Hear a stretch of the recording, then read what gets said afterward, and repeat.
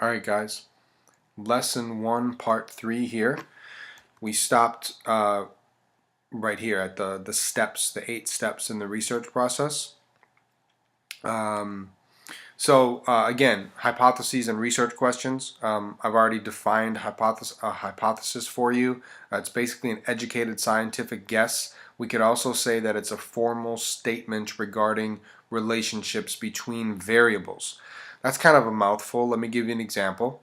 Again, remember, the theories are what yield the hypotheses for us, right? So let's take an example. Let's take cultivation theory. There's a theory in our field called cultivation theory. In a nutshell, it says that people that watch a lot of TV end up thinking like the TV. Their perceptions of reality and their attitudes get cultivated by the TV. And so they start to basically, their attitudes start to reflect the TV world. Okay? So for example, they ask people that watch a lot of TV, what are the chances that you're going to die of murder? And the people that watch a lot of TV tend to greatly exaggerate the chances that they will be killed, right? That they'll be murdered. The reason is because there's a lot of violence on TV, right? So, I mean, the TV world is much more violent than most of our real worlds, right? So that's why that happens. There's always a difference between people, and when they do these studies, there's a difference between the heavy viewers of television and the very light viewers, the people that don't watch a lot of TV, okay? So that's called cultivation theory, okay? So we might hypothesize based on let's say we wanted to do a new study right now. This could be a good final project.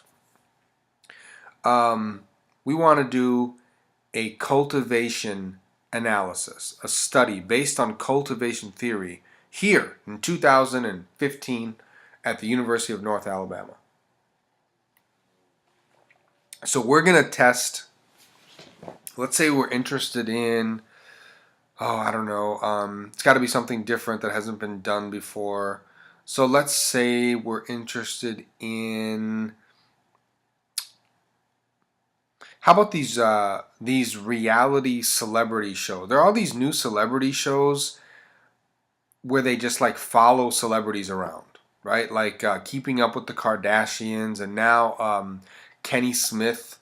I saw a commercial for this new show that I don't even know what it's called, but Kenny Smith is a former NBA basketball player, and now he works on TNT as a lead basketball analyst for the NBA on TNT. And there's a show about like his family. Apparently, I haven't seen it, but I guess they just kind of follow his family around, and it's like a reality show, right? Same thing with like Keeping Up with the Kardashians. Other shows like that where I can't think of any other examples, but there's like a genre now, basically. So let's say we want to find out what happens there. Using cultivation theory, we want to find out what happens to people's perceptions of reality if they watch a lot of those kinds of television programs, right? Let's say we think maybe based on cultivation theory, we think that we would maybe ask questions about money, because these people are wealthy, right? We'd ask questions about money and maybe happiness, and maybe we would hypothesize that, I don't even know what's on these shows because I don't watch these shows, but let's just say that these people are generally, they seem to be living the good life, and they're happy, and they're having so much fun. So we might assume that people that watch a lot of these shows that are heavy viewers would tend to think that more money and a higher degree of celebrity status would lead to higher levels of happiness. I'm just making this up. We could study whatever we want, right? But this might be one of the things that we would study in our study. It was one of the things that we would examine in our study, right? So from that standpoint, Again, the hypothesis is the formal statement regarding relationships between variables. So we have a relationship here between what? Heavy viewing of television on the one hand, right? And perceptions of happiness on the other hand. You see? So viewing reality celebrity shows, that's one variable. And perceptions of happiness or the causes of happiness, that's another variable. So that you can see how the hypothesis plays itself out in that example. Another example using cultivation theory, and this is a real example, a scholar named Dimitri Williams, he did some studies. He did one study in particular that I thought was interesting about cultivation theory and video games. And he hypothesized that people who played a particular violent video game, people that played a particular violent video game that played it a lot, would end up exaggerating the level of violence in real life. The reason why this study is so fascinating is because video games are not even real.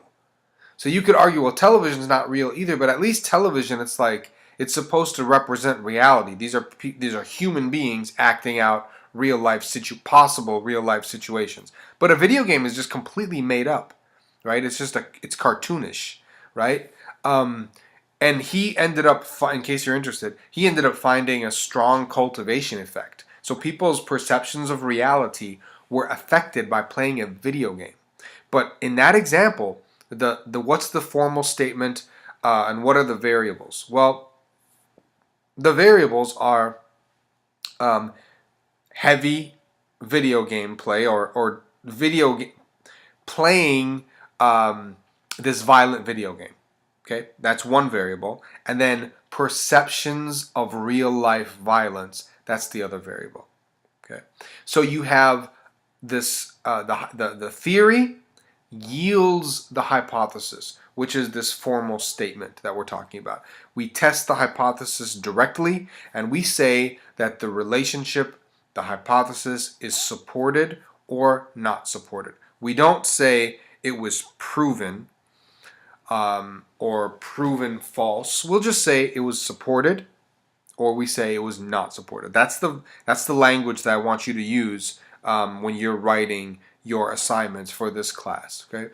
A research question is a formally stated question intended to provide an indication about something. Some scholars say that research questions are of no use except when they help you form hypotheses. I don't think that's accurate. I think you can have studies that only ask research questions. And I've published research where I have no hypotheses, I only have research questions. And for your final projects, you might do that. You might decide to present a research question or research questions and no hypotheses. And sometimes you do both, right? Research questions and hypotheses. Research questions obviously should be researchable. They should not be too narrow. They should not be too broad, right? You don't ask a question like, what did CNN cover last night in their 9 o'clock news bulletin? That's really narrow. I can answer that in about 2 sentences, right? You also don't want to be too broad. Like, what is the history of CNN? I mean, that's really broad. You might need to write a couple, like encyclopedia would be able to answer that, but not a 25-page research paper, right? By the way, your research papers aren't going to be 25 pages. I think I've told you they're only going to be about 10 pages or so, give or take, because you're not actually going to collect data. So when you do present research questions, ask yourself the following 8 questions to try to kind of evaluate the relative strength of your research questions. Does my question deal with a topic or issue that interests me? If you're not interested in your topic, trust me, no one else will be. And you'll drive yourself nuts. So make sure that you pick something for your final project or whatever. Make sure you pick something that you're interested in. You guys are working in groups for your final project, so that can sometimes be a challenge. But try to compromise and find something that you're all interested in. Is the question easily and fully researchable? If you can't I've had ideas before where I've decided and I can't think of an example off the top of my head, but I remember having ideas where I explored them and then I figured I just couldn't research it. I couldn't get the data. I couldn't get the information. What type of information do I need to answer this research question? Is it available? Is it accessible? Question number 7 there. Can I access the sources, right? Question 4 says, is the scope of this information reasonable? Here's an example from education. This would be an education study, not a mass communication study. Can I research 30 online writing programs developed over a span of 10 years? Probably not. That would be, again, that'd be like an encyclopedia. That would be a book, and it would be a very large book, okay, to try to research 30 online writing programs at different universities over a span of 10 years. That's a lot of work. Given the type and scope of information that I need, is my question too broad, too narrow? Is it just right? What kind of sources will have the information that I need? Maybe it'll be a database of some sort, books, journals, maybe government documents, people. You might need to interview people. I do a lot of work with, I'm just interested in news. I'm very deeply interested in news content. So I do a lot of content analysis and I study news and I work with newspapers. So for me, the answer to this question is the newspapers. And it's easy, because there are always databases that are, archives that you can access, newspaper content. So that works out really well for me. Given my answers to the above questions, do I have a good quality research question that I'll be able to answer by doing research? And as you're proceeding with your final projects, I strongly encourage you to send me your topics, send me your hypotheses or your research questions, and just say, hey, does this sound okay? And if there's a problem, I'll let you know, and we'll work through that. I think what I'm going to do is stop again, trying to keep these relatively short, and then we will finish this lecture in it'll be part 4, I guess. Assuming I can end this.